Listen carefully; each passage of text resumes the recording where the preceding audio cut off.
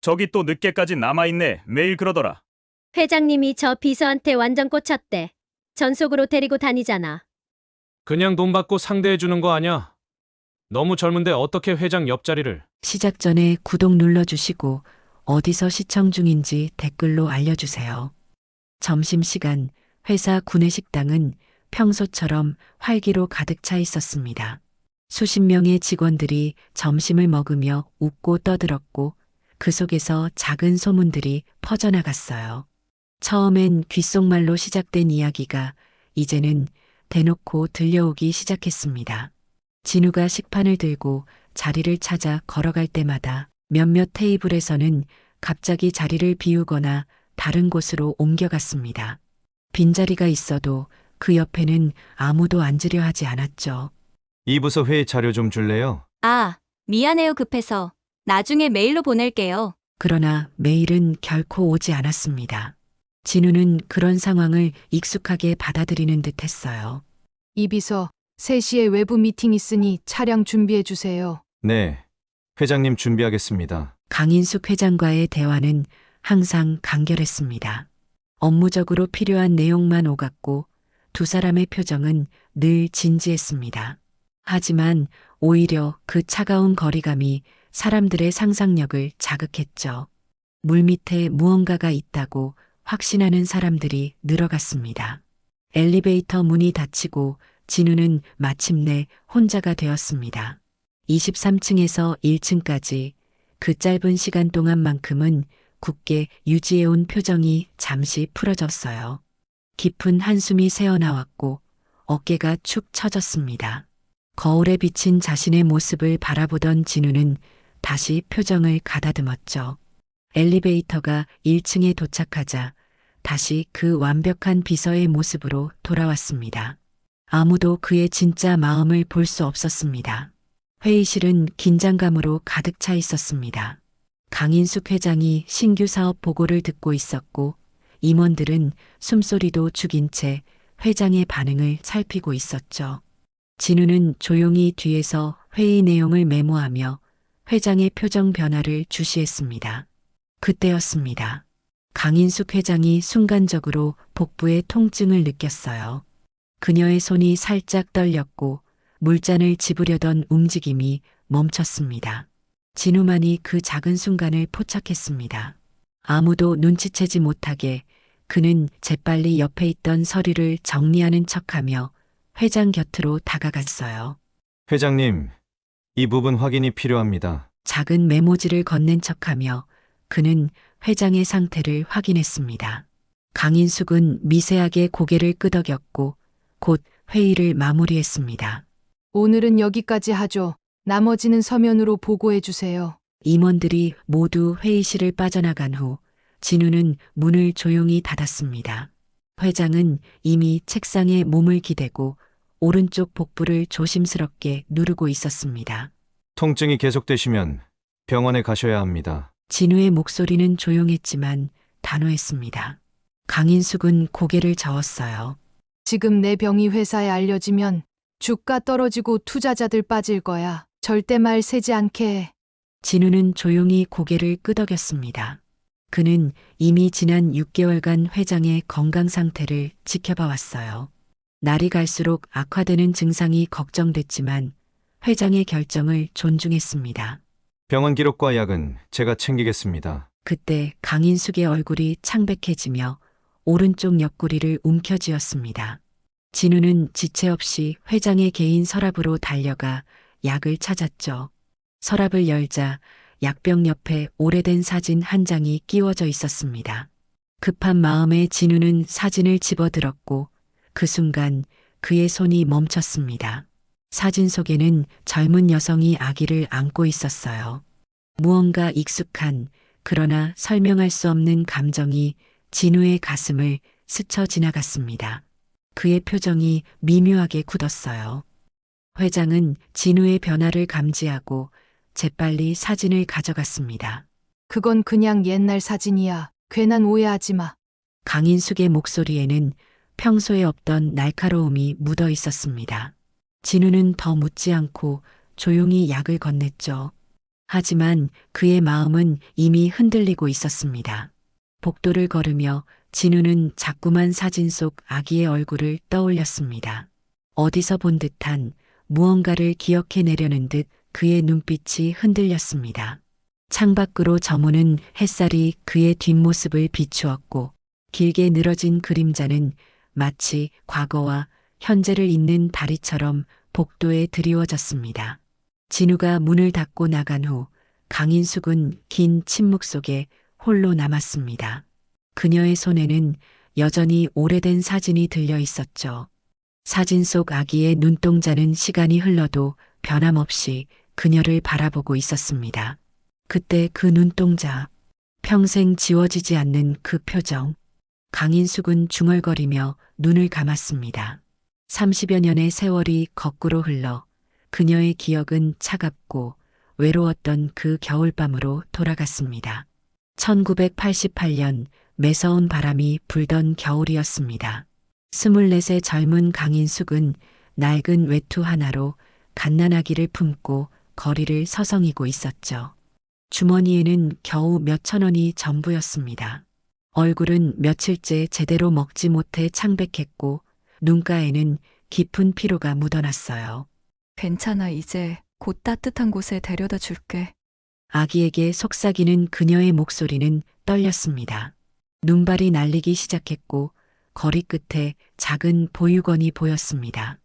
햇살의 집이라는 간판이 바람에 가늘게 흔들리고 있었죠. 강인숙은 보육원 담장 옆에 조심스럽게 아기를 눕혔습니다. 포대기로 단단히 싼 아기는 평온하게 잠들어 있었어요.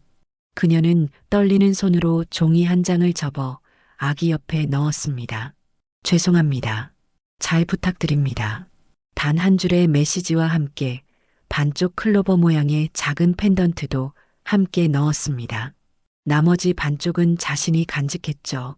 언젠가 다시 아이를 찾을 수 있을지도 모른다는 희미한 희망을 담아서 몇 걸음 떨어져 돌아보는 그녀의 눈에는 눈물이 가득 고였습니다. 차가운 바람에 눈물이 얼굴에 얼어붙는 것도 모른 채 강인숙은 등을 돌리고 어둠 속으로 사라졌습니다. 하지만 다음 날 죄책감에 시달린 그녀는 다시 보육원을 찾았습니다. 밤새 후회와 절망으로 뒤척이다 결심했죠. 어떻게든 아이를 키우겠다고. 어젯밤에 제가 아기를 여기에. 강인숙의 말에 보육원 관계자는 의아한 얼굴로 대답했습니다. 어제 그런 아이 없었는데요. 문 앞에 아무도 없었어요. 멘붕 상태에 빠진 강인숙은 보육원 주변을 헤매기 시작했습니다. 경찰서에도 신고했지만 소식은 없었죠. 누군가 아이를 데려간 것 같았지만 누구인지 어디로 갔는지 알 수 없었습니다. 그날 이후 그녀의 삶은 완전히 바뀌었습니다. 강인숙은 사진을 가슴에 꼭 안고 혼잣말을 중얼거렸습니다. 그날 그렇게 버리고 가지만 않았어도 창밖으로 비치는 도시의 불빛들이 그녀의 눈물에 반사되어 빛났습니다. 한국건설그룹을 이끄는 강인숙 회장은 세상 사람들에게 냉철한 사업가로 알려져 있었지만 이 순간만큼은 그저 아이를 그리워하는 한 여자일 뿐이었습니다. 오후 회의가 한창 진행 중이었습니다. 강인숙은 발표자의 설명을 듣고 있었지만 그녀의 눈빛은 평소와 달리 흐릿했습니다.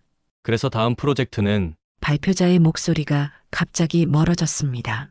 강인숙의 시야가 흐려지기 시작했고 순간 그녀의 몸이 앞으로 기울었습니다. 진우는 본능적으로 달려가 그녀를 부축했어요.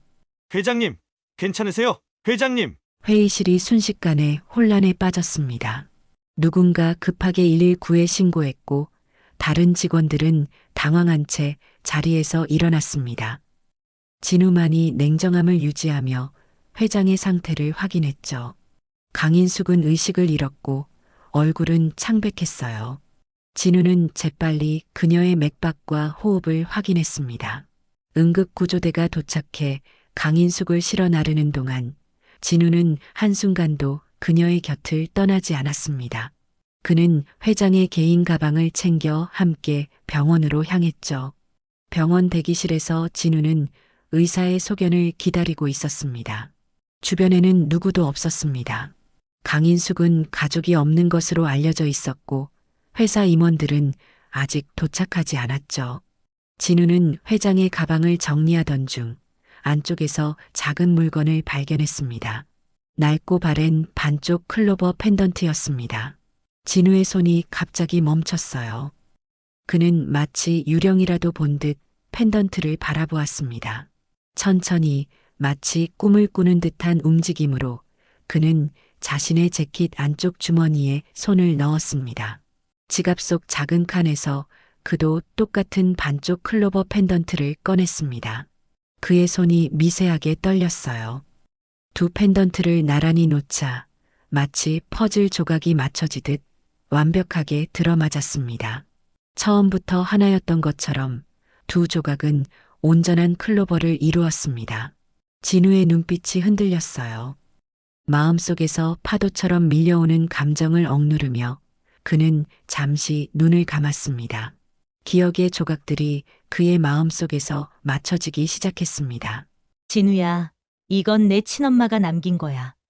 꼭 소중하게 간직해. 양어머니의 목소리가 그의 귓가에 울렸습니다. 어릴 적 그녀가 건네준 펜던트를 받던 날의 기억이 선명하게 떠올랐죠. 진우는 두 펜던트를 손에 꼭 쥔 채 한참을 바라보았습니다. 입술을 굳게 다문 채 고개를 떨궜습니다. 병원 복도의 차가운 조명 아래 그의 굳은 표정 위로 한 줄기 눈물이 흘러내렸습니다. 회장님이 나의 엄마였다니. 진우는 왜 그토록 회장 곁에 있고 싶었는지 이제야 알 것 같았습니다. 그것은 단순한 우연이 아닌 운명의 끈이었죠. 병원 응급실의 형광등 불빛은 차갑고 무심했습니다. 의사가 급한 발걸음으로 대기실에 들어왔고 진우는 벤치에서 일어났습니다. 의사의 표정만으로도 상황이 심각하다는 것을 알 수 있었습니다. 보호자분 되시나요? 진우는 잠시 망설였지만 고개를 끄덕였습니다. 환자 상태가 심각합니다.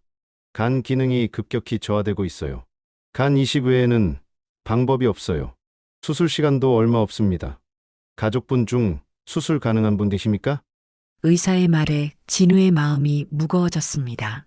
그는 주머니 속에 클로버 펜던트를 꽉 쥐고 말했습니다. 제가 하겠습니다. 의사는 다소 놀란 표정으로 진우를 바라보았습니다. 그의 눈에는 의문이 가득했습니다. 가족이 맞으십니까? 진우는 조용히 고개를 끄덕였습니다. 그의 목소리는 흔들림 없이 단단했습니다.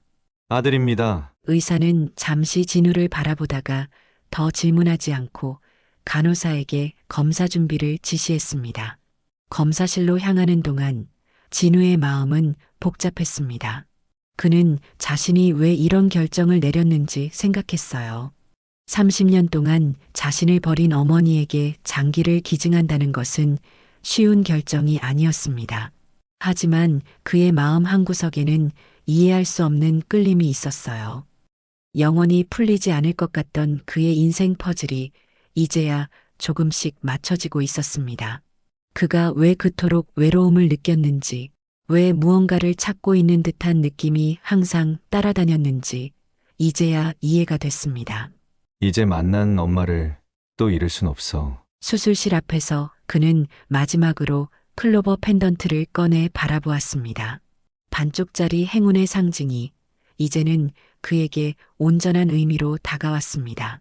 무거운 철문이 열리고 진우는 담담한 표정으로 수술실로 걸어 들어갔습니다. 병실은 고요했습니다. 기계가 내는 규칙적인 소리만이 공간을 채우고 있었죠. 창문으로 들어오는 부드러운 햇빛이 흰 침대 시트 위에 따스하게 퍼져 있었습니다. 강인숙의 눈꺼풀이 천천히 움직이기 시작했어요. 의식이 서서히 돌아오고 있었습니다.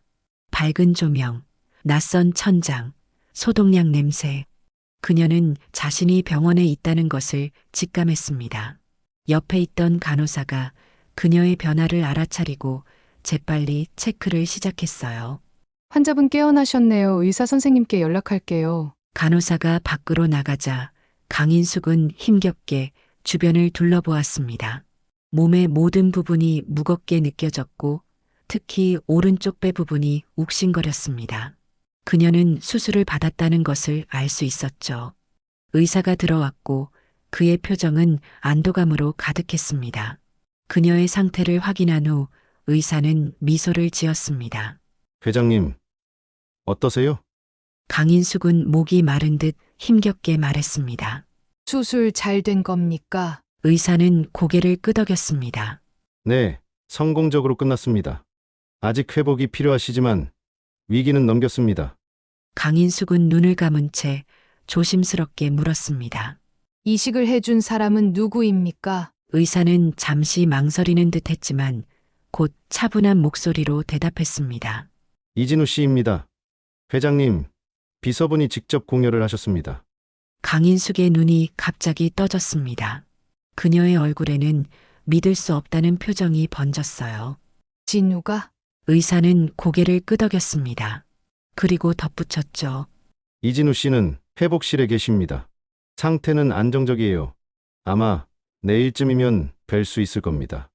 강인숙은 아무 말 없이 천장만 응시했습니다. 그녀의 눈에 복잡한 감정이 교차했지만 감정을 드러내지 않으려 애썼어요. 그저 조용히 눈을 감았습니다. 진우가 왜 그랬을까? 그녀의 목소리는 병실의 고요함 속에 작게 스며들었습니다. 진우가 왜 자신의 장기를 내어주었는지 이해할 수 없었습니다. 그것은 그저 직장인의 충성심으로는 설명할 수 없는 일이었어요. 병실에 희미한 오후 햇살이 들어와 벽을 비추고 있었습니다. 강인숙은 침대에 반쯤 기대어 앉아 창밖을 바라보고 있었죠. 회복 중이었지만 그녀의 눈빛은 어느 때보다 또렷했습니다. 문 두드리는 소리가 들렸고 의사가 들어왔습니다. 회장님, 상태가 많이 좋아지셨네요. 검사 결과도 양호합니다. 강인숙은 고개를 끄덕였지만 그녀의 생각은 다른 곳에 있었습니다. 망설이다가 조심스럽게 물었어요. 이진우 씨는 어떤가요? 의사의 표정이 부드러워졌습니다. 이진우 씨는 회복 중입니다. 지금은 안정을 취하고 계십니다. 생각보다 빠르게 회복하고 계세요. 강인숙의 표정에 안도감이 스쳤습니다. 그녀는 잠시 침묵하다가 조용히 말했습니다. 그 친구 나 좀 보게 해줘요. 의사는 잠시 망설였지만 그녀의 단호한 눈빛에 고개를 끄덕였습니다. 얼마 후 진우가 휠체어에 앉아 간호사의 도움을 받아 강인숙의 병실로 들어왔습니다. 그는 창백했지만 의연한 표정을 유지하고 있었어요. 문이 닫히고 둘만 남자 병실에 묘한 긴장감이 감돌았습니다. 두 사람의 눈이 마주쳤습니다. 오랜 침묵이 이어졌고 결국 강인숙이 먼저 입을 열었습니다. 왜 그랬지? 그렇게까지 할 이유가 없었잖아. 그녀의 목소리는 평소보다 부드러웠지만 여전히 단단했습니다. 진우는 담담히 대답했어요. 회장님은 살아계셔야 하니까요. 강인숙은 고개를 흔들었습니다. 그건 직장인의 충성심이라고 하기엔 지나쳐. 진우는 아무 말도 하지 않았습니다. 대신 주머니에서 낡은 펜던트 하나를 꺼냈어요. 반쪽 클로버였습니다. 말없이 그는 회장 앞 탁자에 내려놓았습니다. 강인숙의 호흡이 순간 멈췄습니다. 그녀의 손이 떨리기 시작했어요. 침대 옆 서랍을 열어 자신이 간직해온 다른 반쪽 펜던트를 꺼냈습니다. 두 펜던트를 나란히 놓자 완벽하게 맞아떨어졌습니다. 그녀의 눈에 눈물이 고였습니다. 숨을 깊게 들이마신 후 떨리는 목소리로 말했어요. 설마 그 아이가 너였니? 진우는 고개를 천천히 끄덕였습니다. 그의 표정은 담담했지만 눈에는 깊은 감정이 담겨 있었습니다. 강인숙은 손으로 입을 틀어막고 참았던 눈물을 흘렸습니다.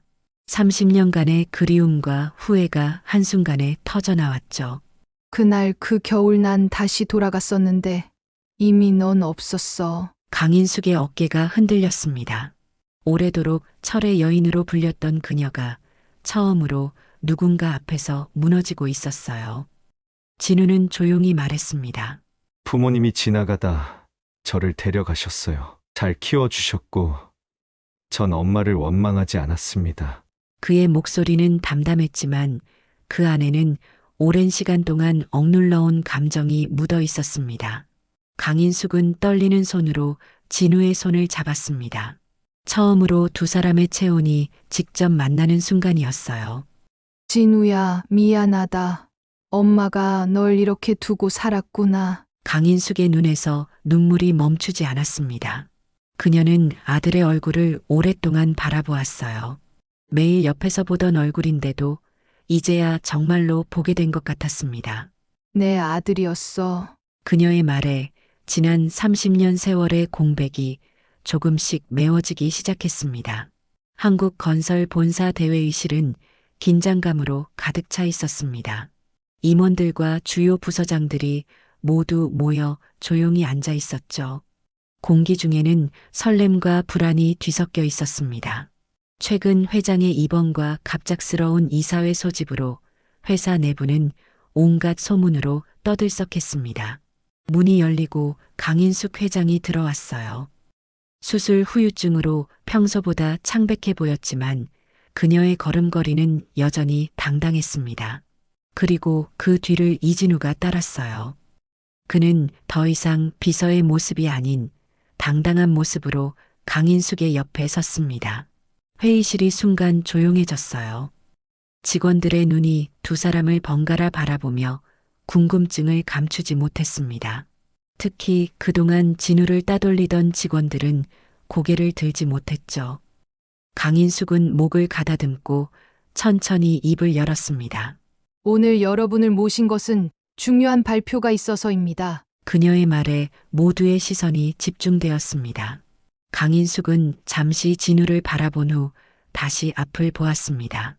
이진우 씨를 한국건설그룹의 대표이사로 임명합니다. 회의실에 놀라움의 파도가 일었습니다. 수군거림이 시작되었고 몇몇은 의심스러운 눈길로 서로를 바라보았습니다. 어떤 이는 입을 다물지 못했고 또 다른 이는 눈살을 찌푸렸습니다. 강인숙은 그런 반응을 예상했다는 듯 손을 들어 조용히 시켰습니다. 그리고 단호한 목소리로 말했습니다. 평생 지켜주지 못한 제 아들입니다. 이제 이진우 대표가 나와 이 회사를 지킬 겁니다. 잠시 정적이 흘렀고 이내 충격의 물결이 회의실을 가득 채웠습니다. 사람들의 얼굴에는 놀라움과 혼란 그리고 깨달음이 번갈아 스쳐 지나갔습니다.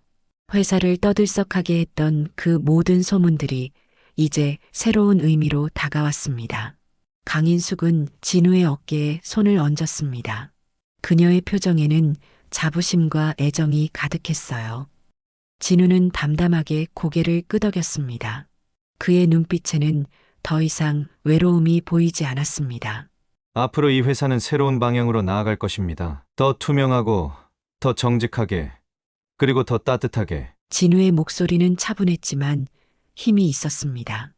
회의실의 모든 사람들이 그에게 집중했습니다. 이제 그들의 눈에는 존경과 기대가 담겨 있었어요.